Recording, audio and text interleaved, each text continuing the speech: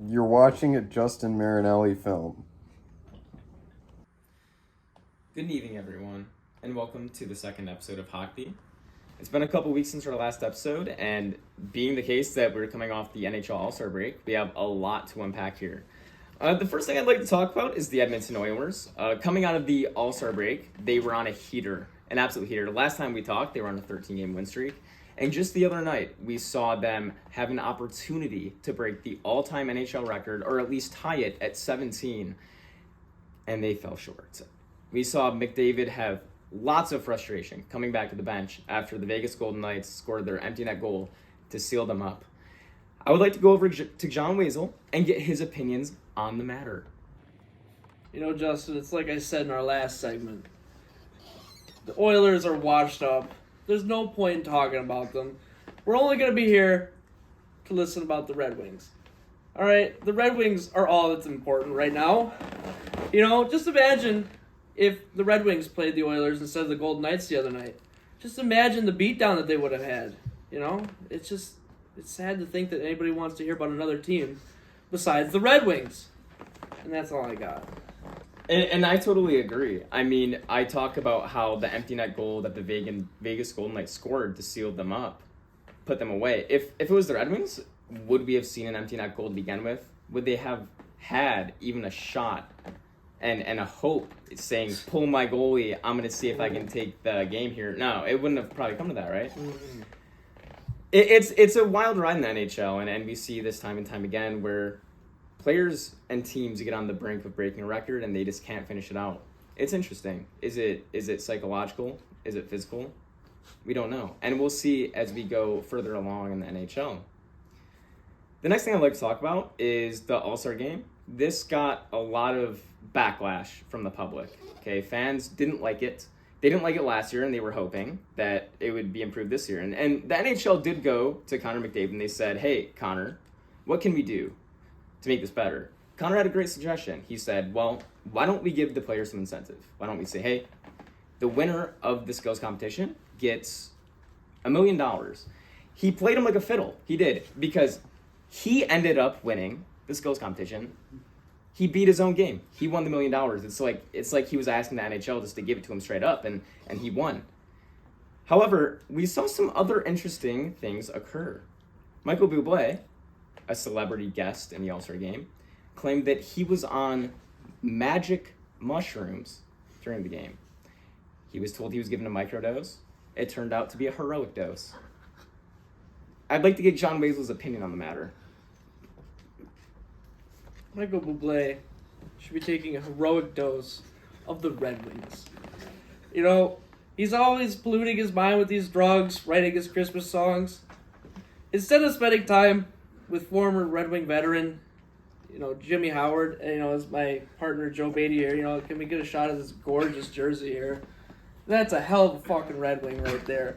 What a fan. You know, I really like that jersey, Joe. I appreciate it, John. Go Red Wings. Go Wings.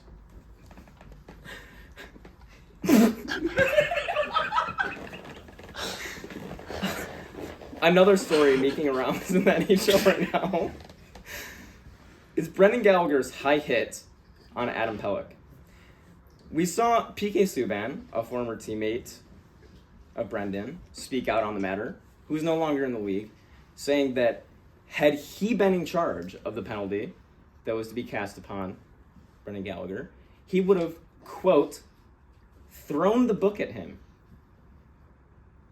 I would like to get John Weasel's opinion on the matter.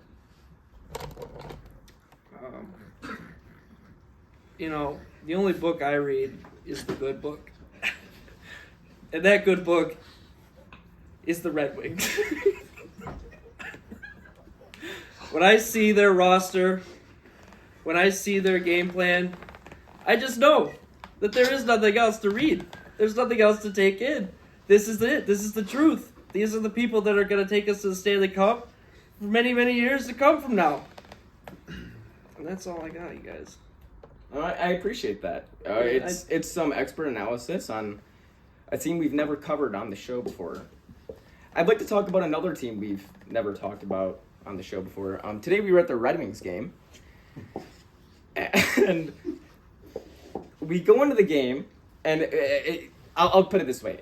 We're playing the number one team, the Vancouver Canucks, who have also been on a heater. The media sleeps on them consistently. They have 4 players who are well over a point a game. Quinn Hughes being one of them as a defenseman. It's quite sick, to be honest. And people were wondering, when is something going to break here? When is someone going to come and show them who they are against the Vancouver Canucks? Well, we said, hey, who are the Red Wings? We've never talked about them. We've never heard of them.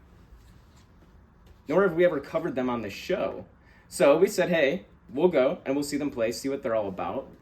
They're allegedly a team in the NHL. I'd like to get John Wazel's opinion on the matter. No, unfortunately, I did not attend this game today. But I heard it was a righteous game. A game for the ages. So I'm going to let 2 people that were actually at the game today give the true, play-by-play analysis. Joe Beatty and Kelvin. See, I was at the game today, and there was an absolutely egregious fight that happened during the game where if it would have kept going, Alex DeBrincat would have absolutely messed up the Vancouver Canucks after their disgraceful, one of their players just absolutely spat on Mo Seider, and one of your players has to back you up on that, and DeBrincat did, and he would have messed up the other guy if the refs had not stopped the fight. On to Kelvin with a little update on the Pistons. The Pistons lost. Back to Justin. What's new, Kelvin? On Joe Beatty's point, I would like to say, we've seen this. This isn't the first time, we hear about someone spitting on Mo Seider.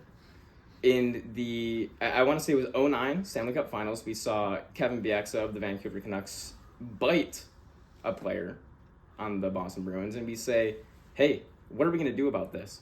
And I would like to take this to a fan vote. Is this a bile crime? And should Kevin Bieksa and or the person who spat on Mo Seider be charged? That will now conclude our episode of HockBEE.